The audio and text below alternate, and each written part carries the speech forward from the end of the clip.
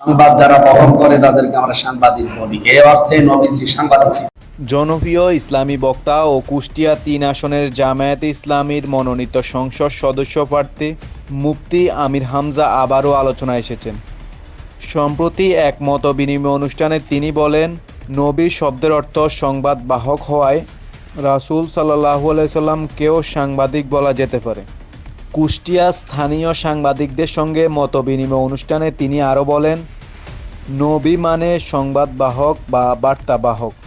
আল্লাহ তাআলা নবী মুহাম্মদ সাল্লাল্লাহু আলাইহি সাল্লাম এর মাধ্যমে মানবজাতির কাছে তার বার্তা ও সংবাদ পৌঁছে দিয়েছেন।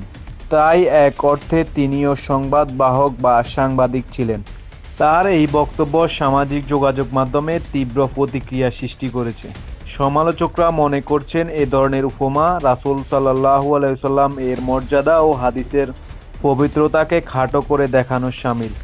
নবীপ্রেমী সুন্নি সমাজের পক্ষ থেকে তীব্র নিন্দা ও প্রতিবাদ জানানো হয়েছে।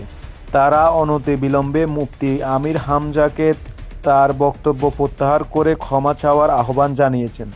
এছাড়া জামিয়া আহমদিয়া সুন্নিয়া মাদ্রাসার ছাত্র ও আন্তর্জাতিক মানের আলোচক মোহাম্মদ জয়নুল আবেদিন কাদেরী সহ আরও অনেক বক্তারা এই বক্তব্যের তীব্র প্রতিবাদ জানিয়েছেন। আপনি কি নবীজিকে সাংবাদিক বলতে পারবেন? না। How can it possible that you use such kind of word about your prophet?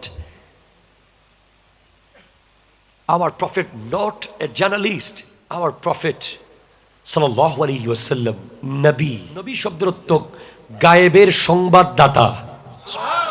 যিনি গায়েবের সংবাদ দেয় উনি নবী, অর্থাৎ আল্লাহর থেকে যিনি সংবাদ নিয়ে আসে। রাসূল তিনি যিনি বার্তাবাহক। এটা কি দুনিয়ার বার্তা? এটা কি ঢাকা রাজধানীর কোনো বার্তা? এটা কি চট্টগ্রামের শহরের কোনো বার্তা? এটা হচ্ছে আল্লাহর বার্তা। সাংবাদিক শব্দটা বললেই আমরা বহু রকম ব্যক্তির চেহারা সামনে আসে। এটা দুনিয়ার মানুষকে আপনি বলতে পারেন। রাসূলকে মানুষের কাতারে নিয়ে আসা যাবে মান ইস্তাখাফা বিজনাবিহি সাল্লাল্লাহু আলাইহি ওয়াসাল্লাম ফাহুয়া কাফিরুন ওয়া মালউনুন ফিদ দুনিয়া ওয়াল আখিরা। ফতোয়া হচ্ছে, কেউ যদি নবীজির কোন শানকে বিন্দু পরিমাণ খাটো করে, ছোট করে, সে কাফের, সে লানতপ্রাপ্ত। আপনি যেই শব্দ নিজের জন্য ব্যবহার করবেন, বাবার জন্য ব্যবহার করবেন, দেশের জন্য ব্যবহার করবেন, সমাজের জন্য ব্যবহার করবেন, ওই সব শব্দ নবীর জন্য ব্যবহার করতে পারবেন? পারবেন না। পৃথিবীতে দুই ধরনের জাহেল আছে, একটা জাহেলে মুফরত, একটা জাহেলে মুরাক্কাব। জাহেলে মুফরত হচ্ছে যিনি জিনিসটা বুঝতেছে না, এটা উনি বুঝতেছে, মানে আমি বিষয়টা বুঝতেছি না, এটা আমি বুঝতেছি যে আমি বিষয়টা বুঝতেছি না। আরেক ধরনের জাহেল যিনি বিষয়টা বুঝতেছে না যে এটা উনি বুঝতেছে না। কথাটা কঠিন। ধরেন একজন মানুষের সামনে আপনি একটা কথা বলতেছেন, উনি আপনাকে বলতে পারতেছে যে আমি বিষয়টা বুঝতেছি না। আর একজন মানুষ বিষয়টা বুঝতেছে না, এর পরেও বুঝার ভান করতেছে। যিনি বুঝতেছে না, না বুঝার পরে বুঝতেছি না বলে, উনি অপরাধী নন, উনি একদিন না একদিন বুঝবে।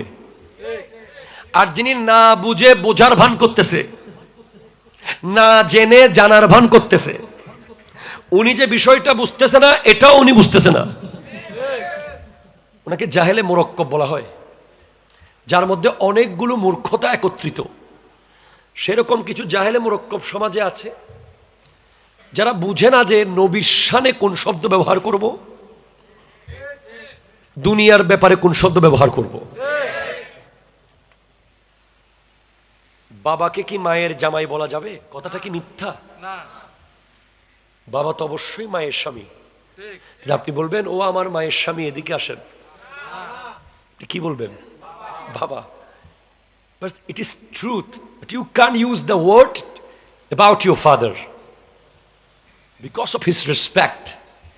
তার আপনার বাবার সম্মানের কারণে আপনি এই শব্দ বাবার জন্য ব্যবহার করতে পারছেন না। সাংবাদিক আমাদের দেশে আছে, তারা অবশ্যই রেসপেক্টেবল, তাদেরকে আমরা সম্মান করি, তারা আমাদের কথাগুলো দুনিয়ার সামনে পৌঁছে দেয়। সাংবাদিক ভাইদের জন্য আমাদের অগাধ সম্মান, অগাধ বিশ্বাস। তারা বলে তারা সংবাদ প্রচার করে বলেই আমি বুঝতে পারি চট্টগ্রামে বসে ঢাকায় কি হচ্ছে।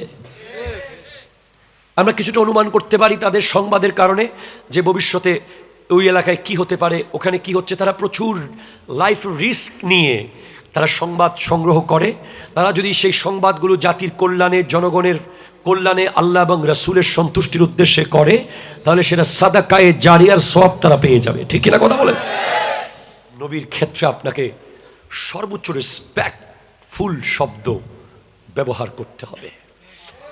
নবীজি দুনিয়ার সংবাদ সংগ্রহকারী সাংবাদিক নন, নবীজি আল্লাহর বার্তাবাহক। সুতরাং we have to be sincere.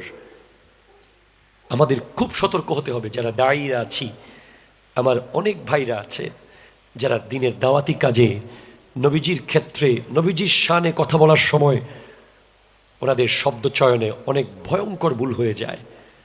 তাদের উচিত সতর্ক হয়ে যাওয়া। ঠিক কিনা কথা জোরে বলেন? আল্লাহ হিদায়াত দান করুক, আল্লাহ বোঝার তৌফিক দান করুক। Kafil Talukdar, MRK TV, Chittagong.